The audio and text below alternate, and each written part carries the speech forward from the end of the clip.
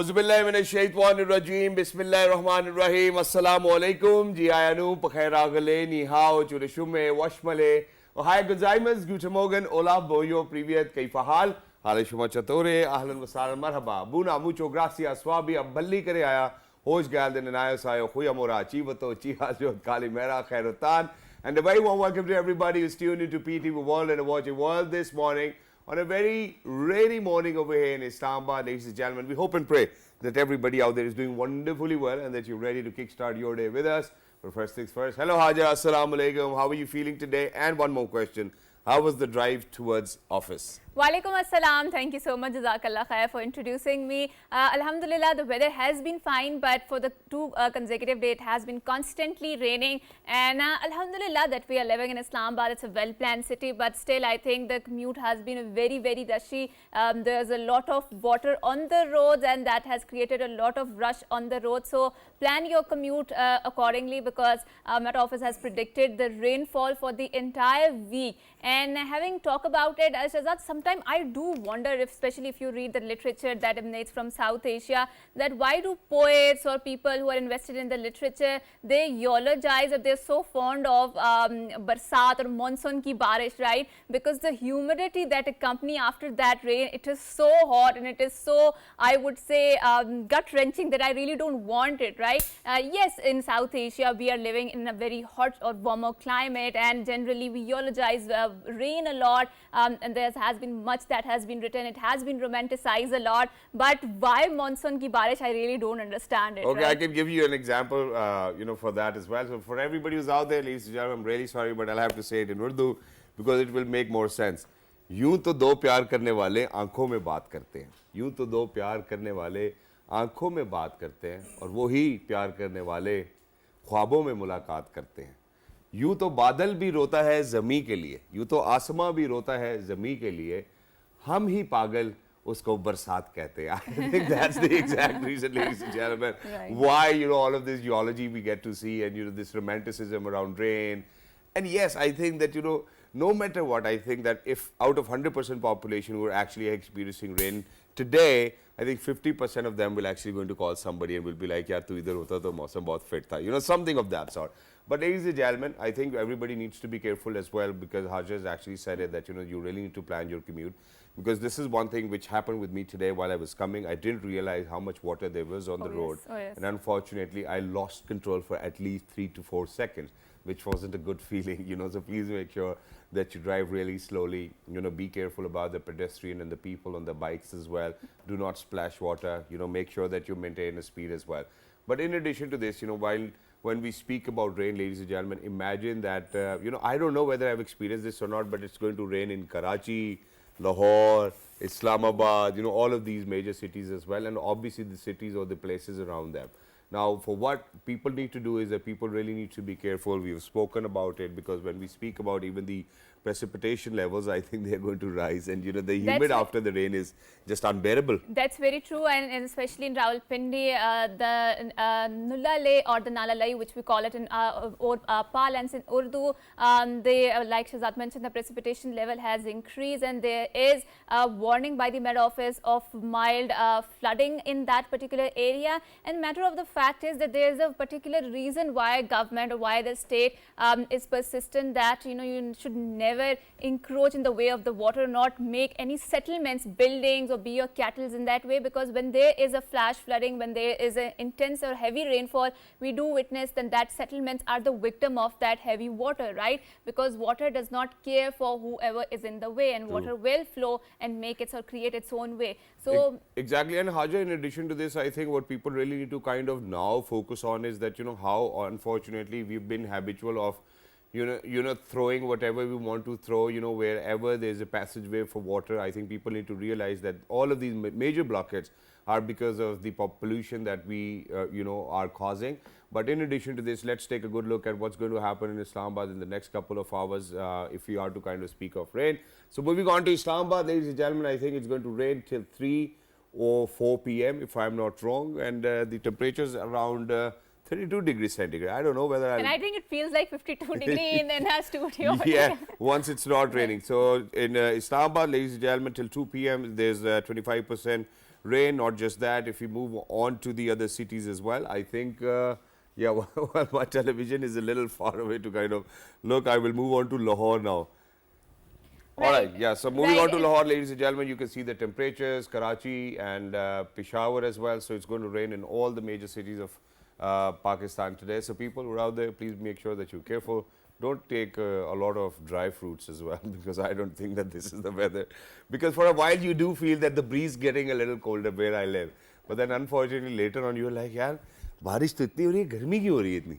That's why I'm saying that, you know, why do people romanticize the monsoon or barsat ki barish? Because the humidity that is accompanying that monsoon rain, it is so intense, and as I said, it is so gut-wrenching that, you know, you really don't want to witness that. But now I think we want to skip towards our the topic of this particular segment, and that is very close to our hearts, because we have been talking about the justice and the mechanisms through which the justice is dispensed, and we have seen that how in Pakistan there is a huge backlog of cases, and there has been a lot of debates how to improve that, and we do have some success stories from the branch of judiciary as to how we can dispense the justice, that too in a speedy way, because there's a famous maxim, justice delayed is justice denied, right? So we have someone, an expert in the studio, who is going to shed the light on the mechanisms through which the speedy justice can be delayed, and he has been working with the justice systems of a lot of other countries, and even vast experience. He accumulated his experiences in that,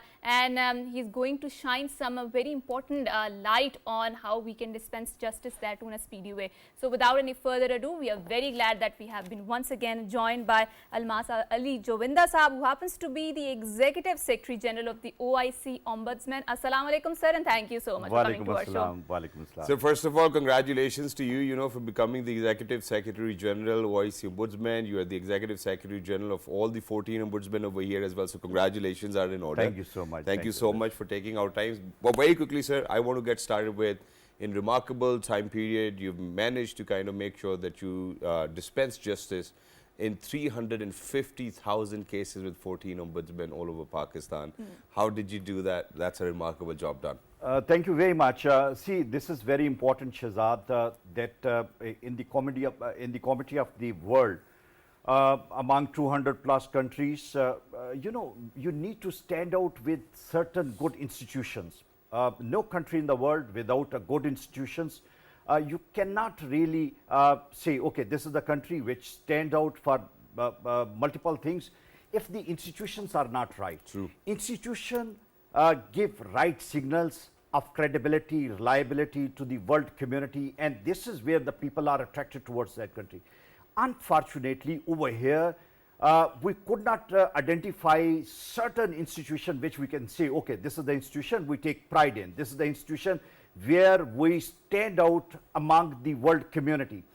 When it comes to the justice, unfortunately, the World Justice Program ranked Pakistan at 130th among 142 countries. Among 142, 130th. And we have, as you rightly said, justice delayed. Sometime it is not the matter of the years, it's like decades, you don't get justice and all that. True. And it is very expensive, and people, they get frustrated with that. On the parallel, we have Ombudsman institution here in Pakistan, and it is the best example, and I take pride in telling people today that this institution is the one institution which stands out for Pakistan. And when we go to the world community and we say what we have achieved here in Pakistan in all the provinces at the federal level, people, they refer us, they ask us to tell that success story to the world community. And I need to share this success story with the Pakistani people. Sure. Also. The backlog of the cases with the regular courts is around 2.4 million cases. Right now, the 2.4 million cases, these are standing with the lower judiciary and the high judiciary. And on the parallel, the ombudsman, 14 ombudsmen here in Pakistan, the 5 at the federal level and all the provincial ombudsmen together, they disposed of 350,000 cases in last 1 year, and amazingly, with zero cost, Shahzad, zero cost, no, not a single. And sir, what are you doing differently that you are so successful in dispensing the justice, that too speedily and in a very short period of time? That too within 60 days. Hajra leadership, willpower. This is, there was a time I used to get frustrated that things cannot happen here in Pakistan. But now I'm a very strong believer if there is a right leadership within that institution and you have a vision and the willpower, you can do it. I give you an example that we started with Federal Tax Ombudsman, and Dr. Asif Bambucha is the Federal Tax Ombudsman, and he had the background of taxation. Now, a lot of people are in different institutions and they are not right man for the right job. Unless until you do not identify right people for the right job, you will not be able to have that success within the institution. So that Dr. Asif Bambucha had an experience of taxation, 30 years service with the customs and all that. When he became Federal Tax Ombudsman, we started introducing reforms, innovation, and not only that, actually, we recruited people who had those expertise. You know, instead you come up with the new people who do not have any experience in the past of that particular area. You tell them, okay, this is, you have to adjudicate, and dispensation of justice is delayed because he himself is learning. He doesn't know much about what he is dispensing about. So we recruited people who were the best in the service, and the result was, with the Federal Tax Ombudsman, not in a single year in last 22 years, more than 2,000 cases were resolved. This year, we resolved 8,000 cases, and look at the number that increased. Reason being, we had the right people for the right job. But sir, in addition to this, you know, so I'm very sorry, but I think I really need to hit the nail on the head as well.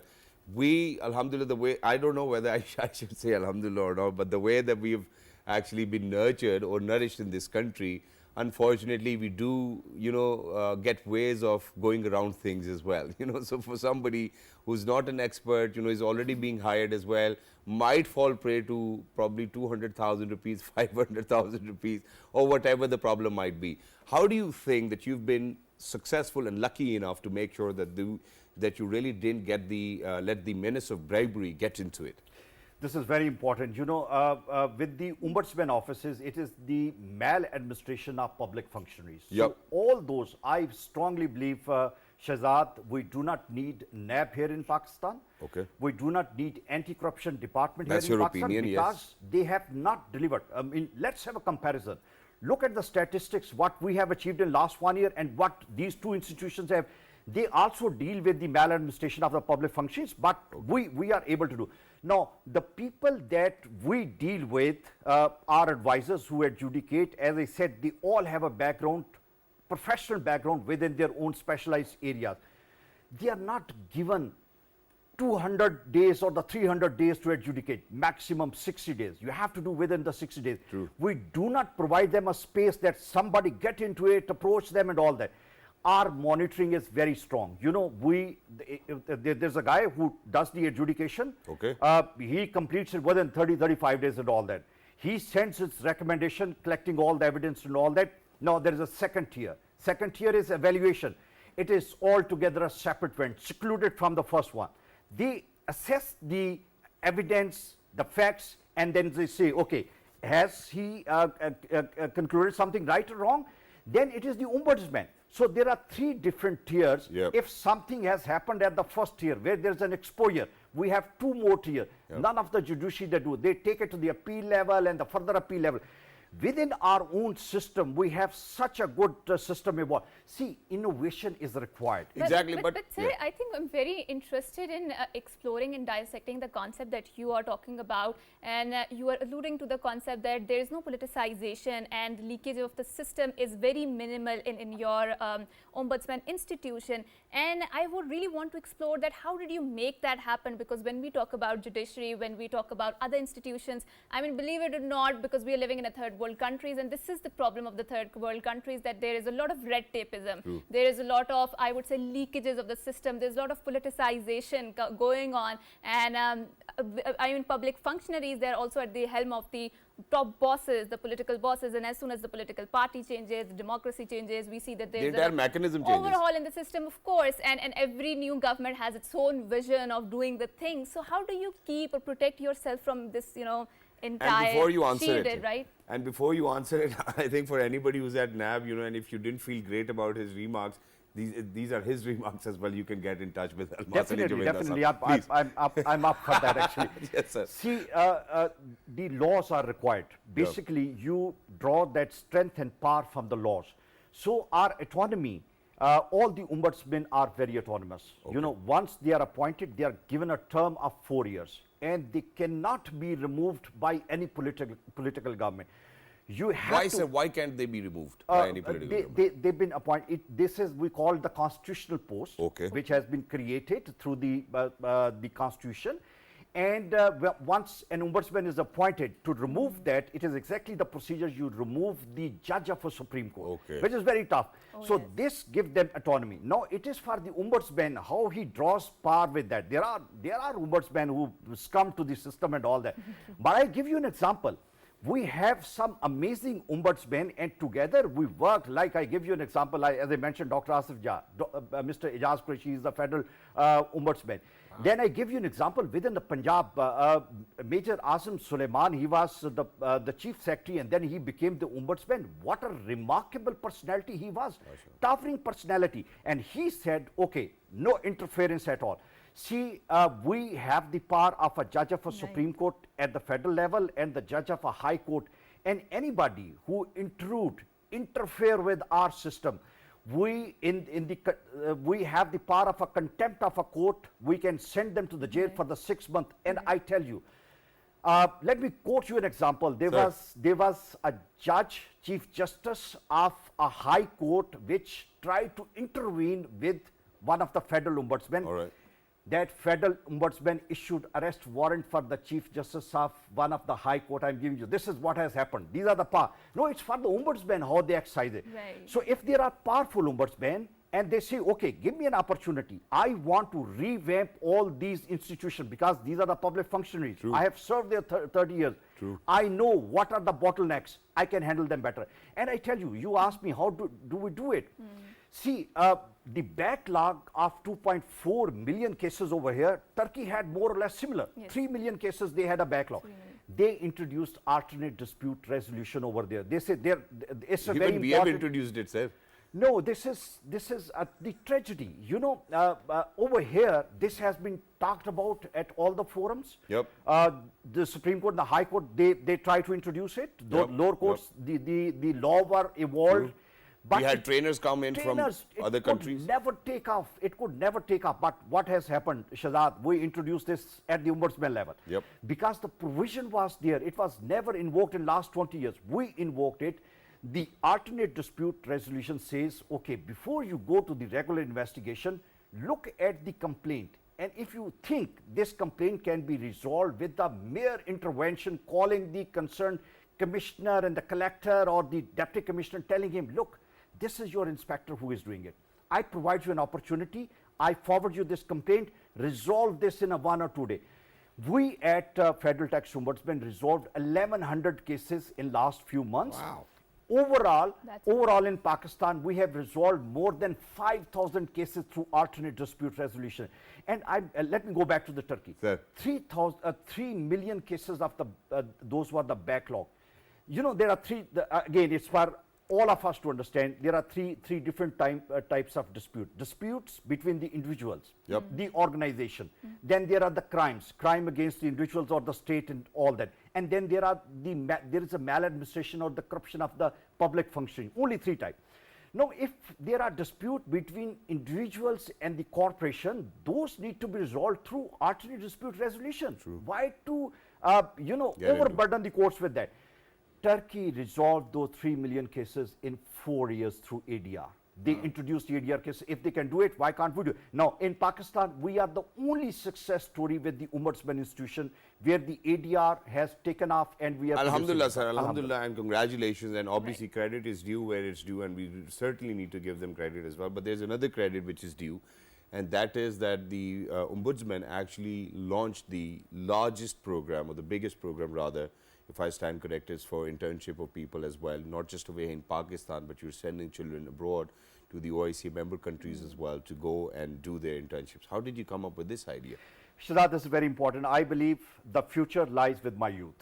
You know, it is for us to give them a way, to show them a direction, to train them. And I strongly believe I need to build institutions here in Pakistan. As we today take pride of Ombudsman institution here in Pakistan and internationally. I say our reputation stand at the highest pedestal Alhamdulillah. internationally. What we did over here was that we introduced internship program with Federal Tax Ombudsman and then with all the ombudsmen here in Pakistan. This year, we have 70 interns working with Federal Tax Ombudsman across the country today, 70. And how many abroad? This is what I'm going to tell you. And then what happened, those who have been trained by us, we launched the concept with OIC. I being the executive secretary of OIC Ombudsman, I went to the board, I said, listen, these are the best students. I need to send them to the OIC countries, and not only to send those to the countries, I need to bring their interns here in Pakistan. Let's do an exchange program. I had two visions. Number one, my students will go internationally, will get exposure with the top institutions in the world. Now, this doesn't happen. The institution from, the interns from Pakistan, there is an institutional exchange, like one university to another university, but they hardly get a chance to work with the top institution. Two of the interns recently, they went to Morocco.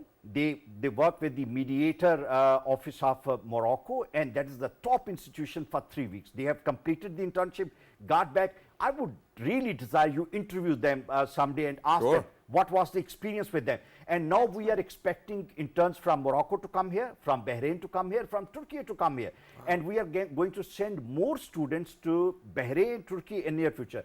And only yesterday we had 6 interns from Indonesia who joined us, and we are, so this is, now what is going to happen? Providing them international opportunity, but at the same time I'm promoting my culture, history, I'm promoting Pakistan in those countries. And that's exactly what we want as well. Certainly no one can deny the cross-cultural exchanges that it brings, and the cultural exchange, and how you are the soft representative of your country. And I think we always encourage going abroad. Why? Because that broadens your horizon, and you're able to grasp a lot of new things from a different civilization, and able to give them back as an, I would say, international citizen, right? Because we are living in a very globalized world. True. Thank you so much, sir, for coming here, My for pleasure. shedding light on some wonderful institutional reforms that you introduced, and you talked about the success story of an institution. And as a PTV, as a state broadcaster, we always give voices to such sort of success stories that we feel are true representative of our country. After a short break, we will come back, and we have an interesting discussion lined up. Don't go anywhere. It's all about Good security, morning. right?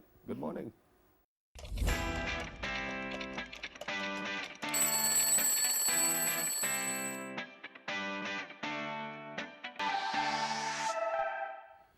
All right, ladies and gentlemen, welcome back. Thank you so much for staying tuned. Earlier, we were in conversation with the Executive Secretary General, OIC Ombudsman. You know, remarkable performances by them as well, and an institution which stands tall on the results that they have been orientated with as well. Not just that, in addition to this, you know, we will be talking about, which happens to be, I think it kind of comes under the umbrella of national security as well, because imagine that if we are to talk about cybersecurity, we do know how our data is actually now saved in clouds, you know. True. Anything can go wrong, God forbid, if we do not look after it. We have an expert over here, since we both do not belong to the generation where we would know about cybersecurity that much. But ladies and gentlemen, without any further ado, we would like to introduce our wonderful guest, who happens to be Mr. Usama Gul, who happens to be a cybersecurity analyst. Assalamu alaikum, good morning, how are you? Thank you so much for joining us. Wonderful to have you over here. And by looking at you, it looks like as if you're in physical security as well. It's wonderful to have you. So let's get started. For all our viewers in 47 different countries, what is cybersecurity? Why is it important for everybody? Okay, so cybersecurity, nowadays we see that this era is of technology and development, and the world is going towards the digital era. And this era, with the digital era, there is also a need of cybersecurity and security. True. So before that, the security was not taken that seriously, but as the world is revolving and the businesses are going online after the pandemic, so it is a need that there should be some cybersecurity implemented, and there are different set of controls and policies. Yeah. Which one do you think is more important? Do you think cybersecurity is more important, or financial security is more important? Or are they intermixed in the first Yeah. place? I guess the cybersecurity comes with all the security. Yeah, and all the finances as well. And the Yes. finances as well. So, like if the we can see the banking sectors. Yep. Like if there is no cybersecurity implemented on the banking sector, so there might be a huge loss to the banks as well.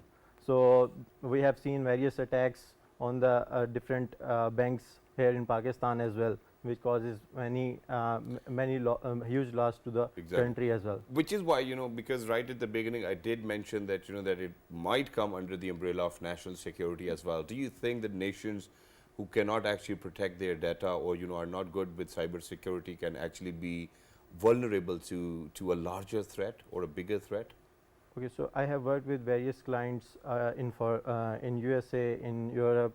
So what we have seen is they have various set of laws. They have standards, like America has implemented SOC 2 for the security of their citizens' data. What is that?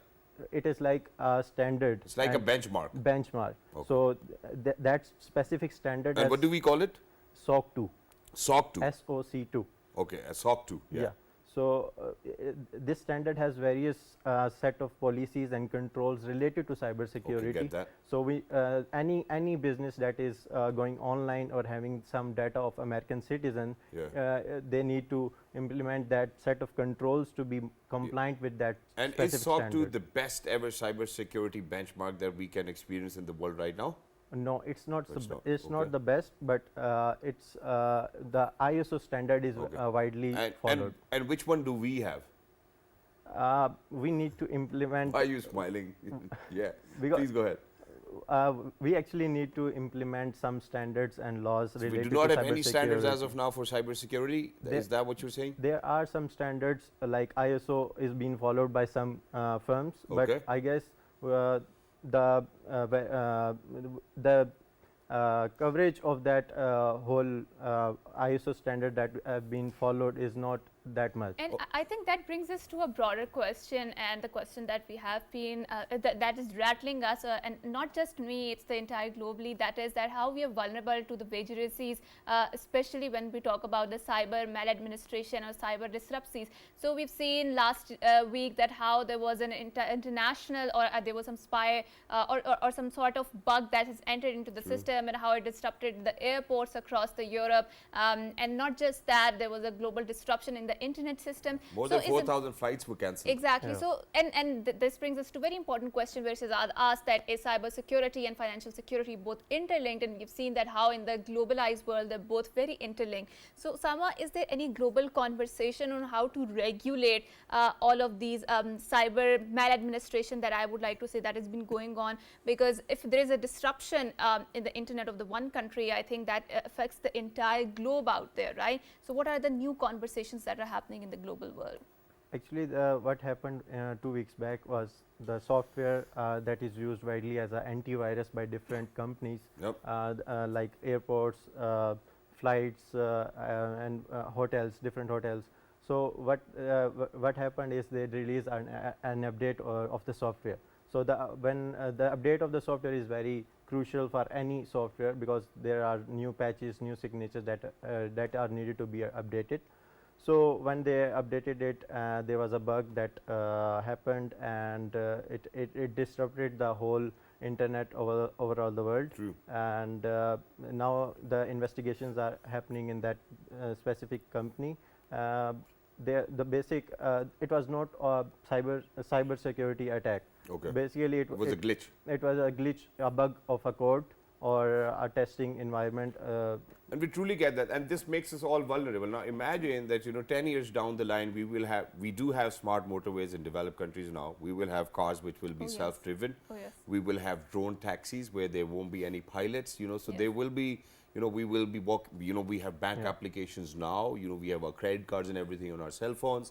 God forbid, if one of these glitches, or because it makes us more vulnerable to it as well. And there are films which have already kind of fantasized, unfortunately, about such sort of scenarios that, God forbid, if something goes wrong, there will be cars colliding, there will be drones dropping from the sky as well. God forbid, if something like that happened, do you think that this is the scenario that the world will be facing? I mean, I know that it's a little far-fetched, the idea itself, but they do say that fiction becomes reality. But it's a quite, I think, pertinent worry that you are having, right? Yeah, actually, there are various types of attacks that happens in the world. and it is very. There is a possibility. There is a possibility. मैं तो सुराब cycle लेने लगा हूँ.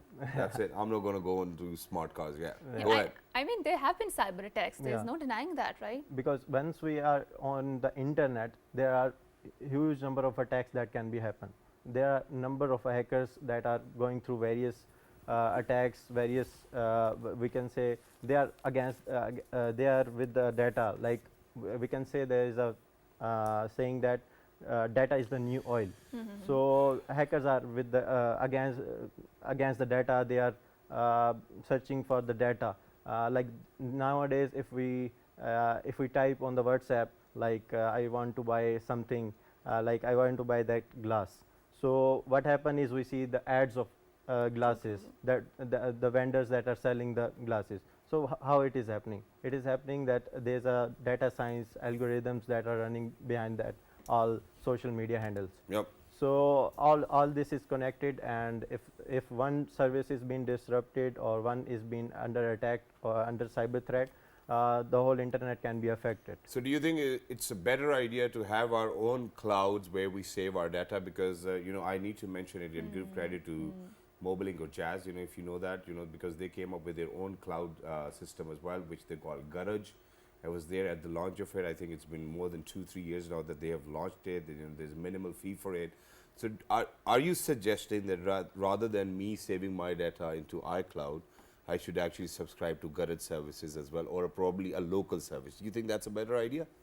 It's a better idea to save your data on the cloud, but with that we also need to say to see if the cloud is being secure or not. Okay. How do we see that?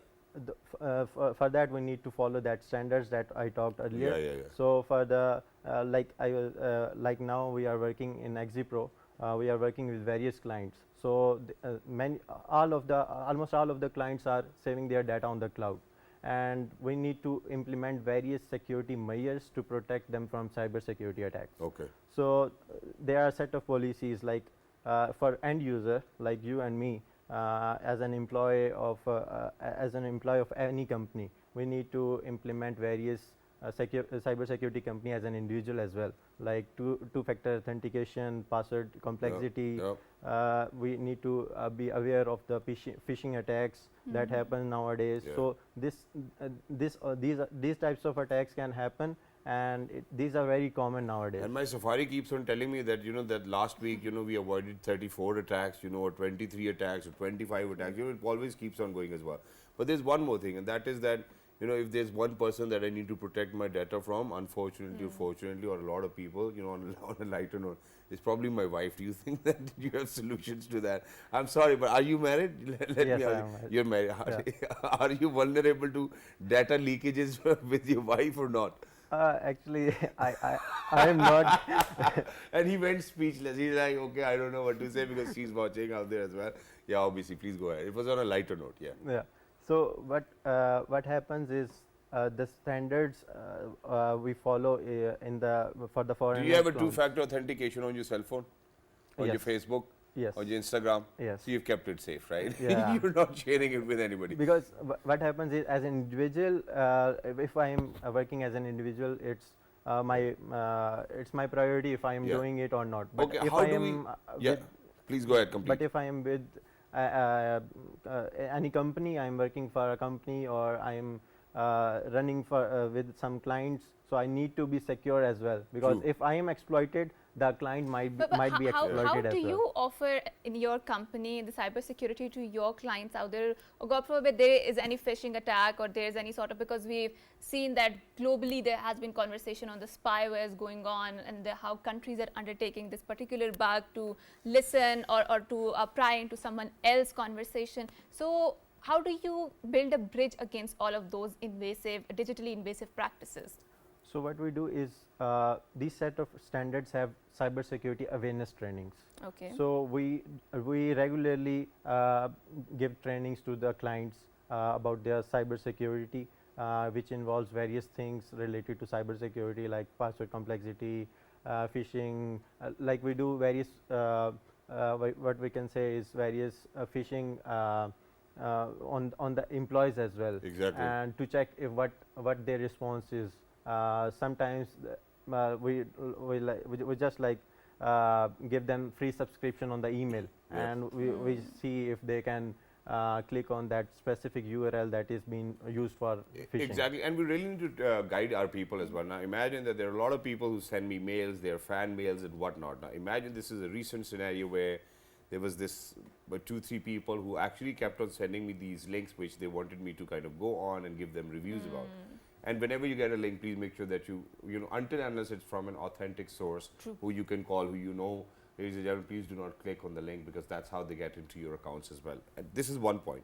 What are the other key points which you would want to recommend to our viewers today in 47 different countries that we can protect ourselves from being phished, right? You know, because there are a lot of people trying to do that. So there are various ways to see the phishing email, or any phishing message you get.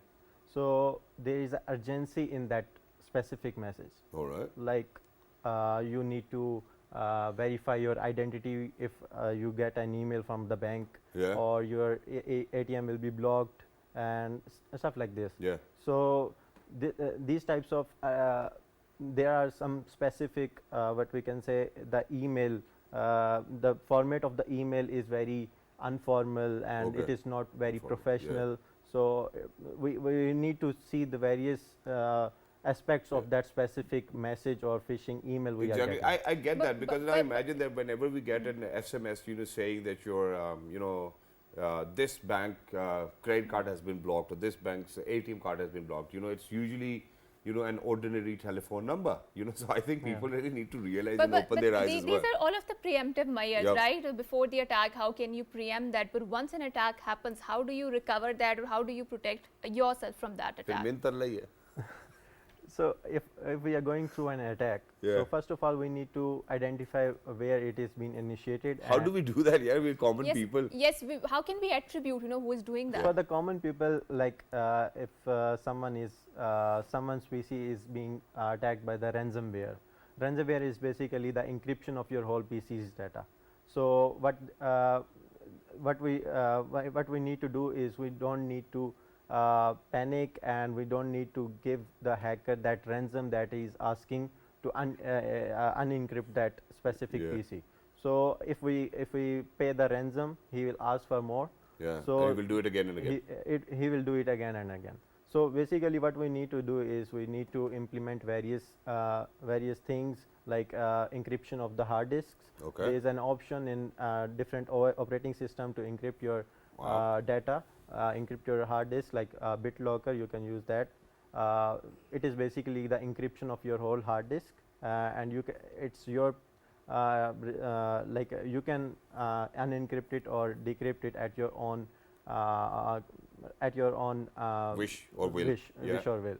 So these types of softwares are available where you can download them and you can help yourself. And then there are protective mechanism for yourself. Thank you so much for shedding light on that, and thank you so much for shedding the light on a very important topic, that is cybersecurity. And like Shahzad mentioned, it is a very multi-dimensional, multidisciplinary topic, because your financial security is interlinked, your economic security is interlinked, your digital security is interlinked, and now your digital literacy, exactly. Nowadays everything is digitalized, right? So you can't I mean, entangle it from your everyday part of your life. So that is why it is important that we need to have the awareness conversations regarding that, and how to protect ourselves from that, right? And I do remember last year there were lots of conversations where the government also warned against these hackers, or these people who are trying to intrude into your banking, what do you call it, the accounts, and they were going out there and looting people out there. So make sure that you're protected and do your research.